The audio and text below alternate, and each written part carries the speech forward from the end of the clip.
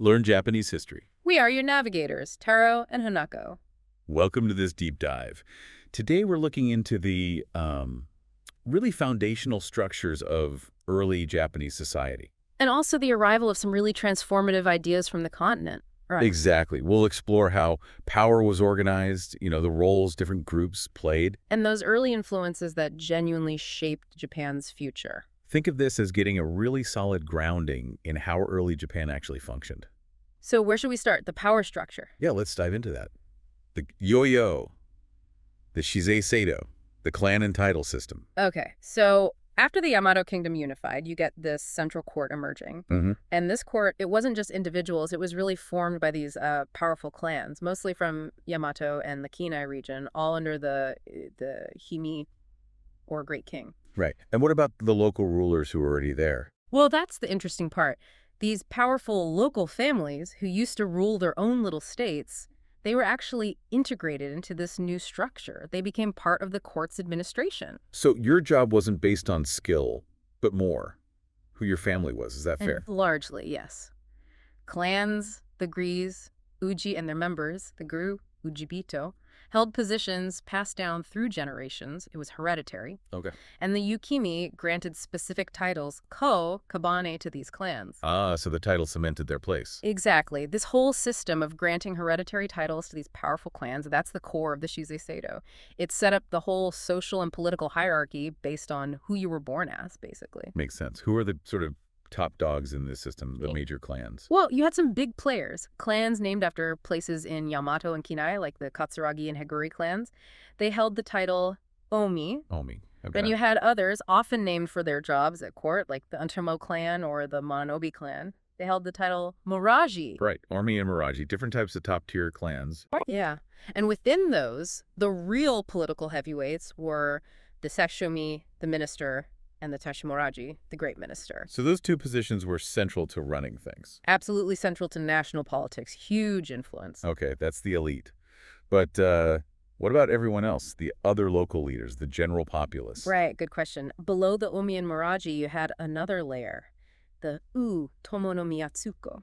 They held titles like a Miyatsuko and a Obito. Tono Miyatsuko. And then even further down were the Hutomo with titles like Fuhito and Tsutsuguri. Wow, lots of titles. Yeah, these groups included tons of smaller and medium-sized, local, powerful families. They all shared different jobs at court administrative, ritual, that sort of thing. So a complex hierarchy. And what about those local families not directly tied to the central court duties? They were organized, too, as Huni no Miyatsuko, Ut Agata no Shi, and Et Inagi.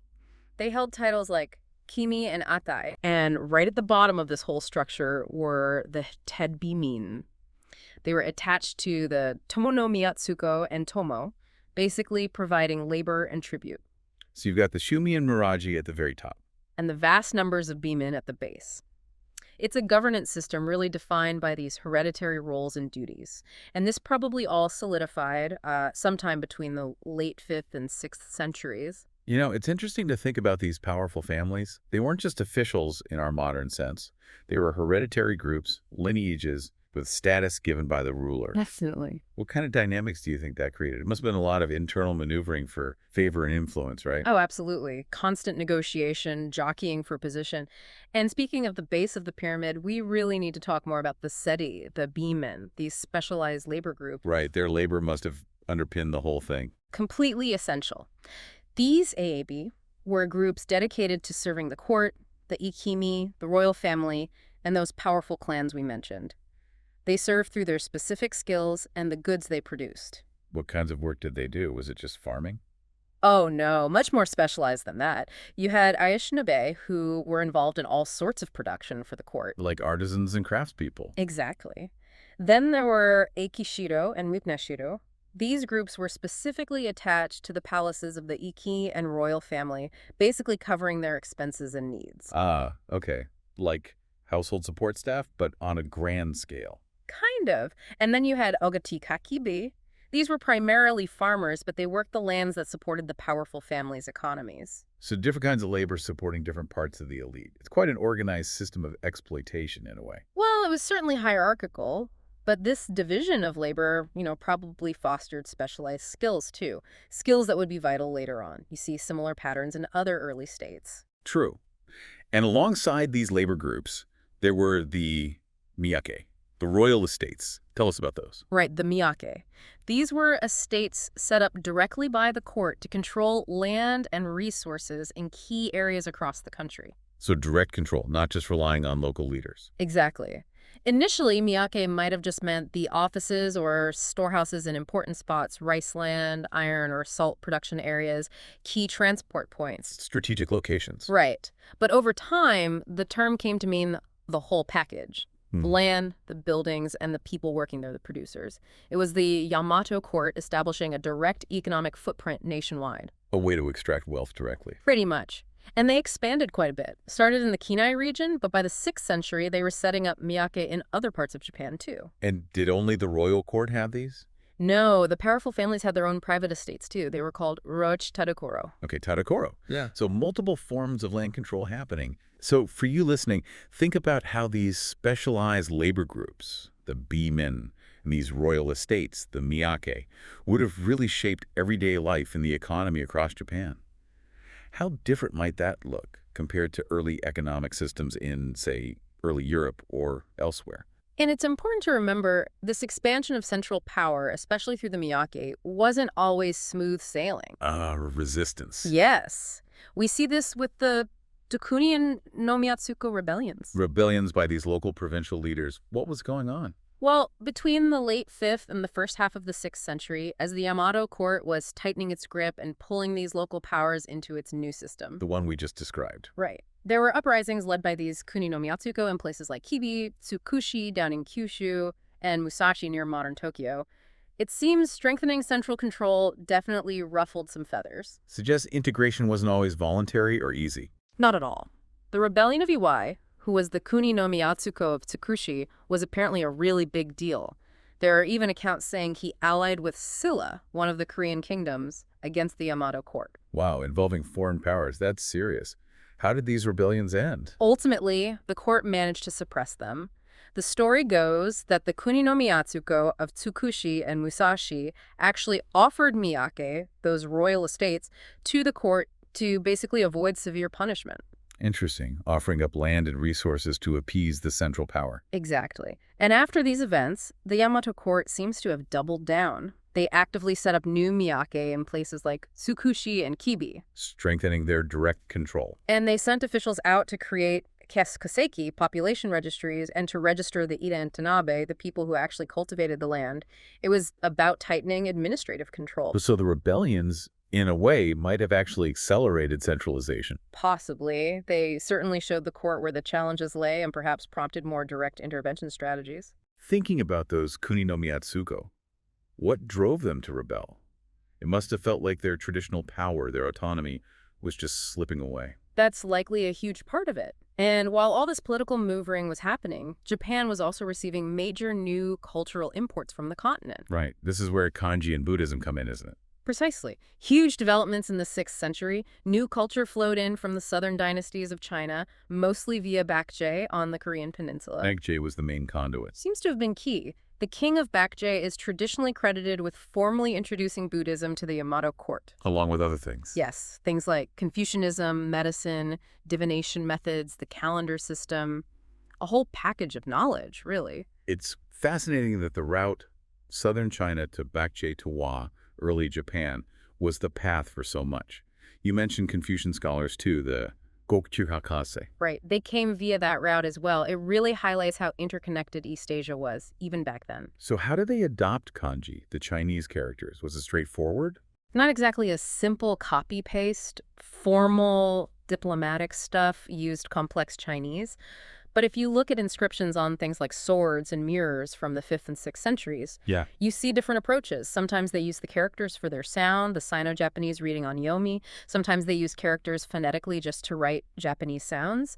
And sometimes they attach native Japanese meanings to the characters, the kunyomi. So a really flexible, adaptive process. They made it work for their language. They did. It was quite innovative. And Buddhism, how was that received initially? Well, Buddhism offered, a path to salvation dealing with suffering. So it first found footing with the yukimi and the powerful clans, the elite. Makes sense. But over time, it did spread more widely, eventually reaching the general population. And it wasn't just about philosophy, was it? It brought tangible things, too. Absolutely. Think about building temples, making Buddha statues that required new technologies. Civil engineering, architecture, sophisticated metalworking Buddhism brought those skills along with it. That practical side is often overlooked. Now, the exact date Buddhism arrived, there's some debate there, right? Yes, there is. The traditional account in the Nihon Shoki says 552 CE. But there are older sources. Right, like the Gangoji Garanengi and the Jugu Shitoku Sharoshi Taisetsu. They point to an earlier date, 538 CE. And which date do scholars lean towards now? Generally, the 538 CE date is considered more likely today. There are questions about the reliability of that specific part of the Nihon Shoki, and 538 seems to fit better with what was happening politically on the Korean peninsula at the time. Interesting. So the official introduction might have been earlier than the later records suggest. And there's even some thinking that Buddhist ideas or images might have been trickling in even before that formal introduction. How so? Well, they found mirrors with Buddhist imagery in Kofun tombs, suggesting some level of awareness. Plus, there are records, like the story of Sima Dezang. Who was he? He's said to be an immigrant from the continent, an ancestor of the famous sculptor Toribushi. He supposedly came in the 6th century, built a small hermitage in Yamato, and practiced Buddhism. So perhaps individual believers or small groups existed even before the formal court adoption. It's quite possible. Cultural transmission is often messy and happens on multiple levels. So let's pause and consider this. Kanji and Buddhism arrive. How do you imagine these massive foreign influences interacted with what was already there in Japan? Existing beliefs, social structures, what parts were easy to accept, what parts might have met resistance or needed sort of translation? That's a key question, because it wasn't like the old ways just vanished. Indigenous beliefs, especially reverence for nature and ancestors, were still very much alive during the Kofun period. Right, Shinto beliefs, essentially. Well, the precursors to what we now call Shinto. People built shrines, yashiro, for local deities. These could be nature spirits or the specific tutelary gods of a clan. The Greece Ujigami. Can you give some examples of these really old, important shrines? Sure. Think of Ai's Grand Shrine, dedicated to Amaterasu, the sun goddess and imperial ancestor. Or Izumo Grand Shrine for Kunanushi, Sumiyoshi Taisha for the sea gods. Shumuwa Shrine, where the mountain itself is the deity. These have ancient roots. So these powerful local traditions continued alongside the new arrivals. Absolutely. And as the Yamato court unified the country, they didn't just stamp out these local deities. Often they incorporated them into the bigger imperial story. How did they do that? By linking them genealogically, perhaps saying a local god was an ancestor of a particular clan now serving the court, or giving them a role in the myths centered on the imperial line. Clever. A way of unifying belief systems. And the powerful families themselves, even under the Shimi, kept venerating their own Ujigami, their clan gods, and passing down their own ancestral stories. It was about maintaining their identity and unity. So a blend of centralization and continued local identity. Exactly. And over time, these family histories and myths got woven into the narratives about the main imperial family. This eventually led to the compilation of things like the Izan Teiki, the imperial records, and the Eibi-kyuji, the ancient words probably in the 6th century. These texts really focused on legitimizing the imperial line. Fascinating. And day-to-day beliefs were still important too. Farming rituals. Oh, hugely important. This was an agricultural society. So rituals for good harvests were critical. You had the spring Otu Kinensai to pray for planting. And the autumn one. The Uri Itioidi Amasai to give thanks for the harvest. Powerful families led these. And there were ideas about purity and pollution? Yes. Anything harming agriculture or taking life was seen as an offense, a kind of pollution kigar. Illness and misfortune were also seen this way. So rituals to cleanse this. Exactly. Purification, harai, was vital, and periods of abstinence, or yumi. The sea shura, or great purification, became a big communal event eventually. Were there ways they tried to, tell the future or determine truth? Yes, divination was practiced. There was Sarafudamani, which involved reading cracks on heated deer shoulder blades. Skeplimancy. And also Satkuka Tadachi. This was a trial by hot water, basically, dipping your hand in boiling water to prove innocence. Ouch. A bit extreme. Definitely. Yeah. But it shows the kinds of beliefs and practices that existed alongside the newer Buddhist ideas. It really highlights that this period wasn't just about importing new things. It was a dynamic time of integrating, reinterpreting, and weaving together different strands, old and new, local and foreign. And archaeology gives us another amazing window into this, especially ritual sites. Okinoshima is a prime example. Okinoshima. Tell me about that. It's an island, right? Yes, a small, isolated island in the Genkai Sea between Kyushu and Korea, and it's basically one giant archaeological site revealing centuries of ritual activity. What did they find there? Well, the finds show changes over time. From the late 4th to 5th century, rituals happened on top of these big natural rocks, Uiwakura. They believed gods descended there. And the offerings. Things like bronze mirrors, beads, iron weapons, even farming tools, similar to what you find in Kofun tombs of that era. Interesting connection. Did the rituals change? Yes. From the 5th to the 7th century, they moved to the base of the rocks, sort of in their shadow. Offerings then included more personal items, ornaments, horse gear, and that Suware pottery we mentioned earlier. Okay, a shift in location and offerings. What next? Late 7th to 8th century, a big change. Huge amounts of ritual pottery appear, plus miniature metal weapons and weaving tools. Very different offerings. Miniatures. That's curious. It is. And then from the 8th to 10th century, more open-air rituals. Offerings included bronze mirrors again, Suware, but also Nara Sankai, that fancy three-colored pottery, and even coins. Coins, wow. And you mentioned imports. Yes, they found items from Korea, China, even as far away as Persia. Persia, on this remote Japanese island. Incredible, isn't it? It strongly suggests Okinoshima wasn't just some local shrine. It was likely a site of national importance, probably tied to praying for safety and success in maritime journeys and interactions with the continent. Its location is key. Okay, just try to picture that island. Sacred rocks, changing rituals over centuries, offerings ranging from local tools to Persian glass. What does that tell you about the worldview back then? Their connection to the sea, the continent, the divine? It speaks volumes. Now, shifting from sacred sites to everyday life, we also see changes there, particularly in burials with the rise of Wanji Gunshufan. Gunshufan, group tombs. What's the story there? So starting around the 6th century, it wasn't just the top elite getting Kofun mounds anymore. Wealthier, influential farmers also started building tombs. Ah, so burial practices spreading down the social ladder a bit. Exactly. And this led to Gunshufan, these clusters of sometimes hundreds of small, usually round tombs, all packed together in one area. Hundreds, wow. So a different scale of commemoration. What about where people live day to day? The main house types were still pit dwellings, Peityo, Tatiana Jukyo, and also buildings raised on posts, Itefu, Horetetebashira Tatemono. Okay.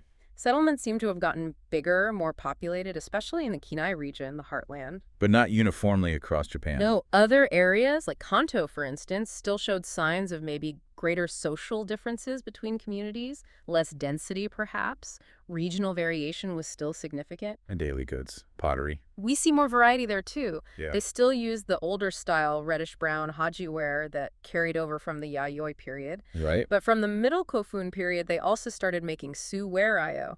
This was a harder, gray pottery, and the technology likely came with craftspeople from southern Korea. Suware. So two main types of pottery being used side by side. Yes, both haji and Suware were used right up until the Heian period. It shows a diversification of technology and probably daily use. That's interesting. The persistence of the old alongside the new. Can archaeology tell us what they wore? We get clues from Haniwa, those clay figures. Ah, the Hanyo figures. What do they show? They depict men usually wearing robes and trousers, kind of like riding pants, hakama. Women are shown in robes with skirt-like garments called mo. Gives you a visual. It does. And you also find house-shaped haniwa. Some show gabled roofs, kirizu mazukuri, giving us hints about architecture, too. You know, thinking about these details, the houses, the pots, the clothes, it really helps make these people from so long ago feel a bit more real, doesn't it? How does this compare for you listening to what you know about daily life in other ancient societies? Any striking similarities or differences? So let's just quickly recap. We've seen the emergence of this structured, hierarchical society under the Yukimi. The Shizei Seido. Right. We've looked at the roles of the clans, the specialized labor groups like the Bimin, the royal estates or miyake. And the challenges to that authority, like the Kunin no Miyatsuko rebellions. Exactly. And then the huge impact of continental culture, kanji, and Buddhism arriving. All while older, indigenous beliefs and practices continued and adapted. Okinoshima shows that mix beautifully. It really does. From elite power structures down to everyday pottery and clothing. Okay, so here's a final thought to leave you with. Considering how the Yamato court managed to absorb local traditions, integrate these powerful foreign influences like Buddhism and Chinese writing, how do you think these early processes, this negotiation of culture, this consolidation of power, laid the groundwork for what we think of as Japan's unique cultural identity later on? What echoes of this period of these specific choices and conflicts might still resonate centuries down the line?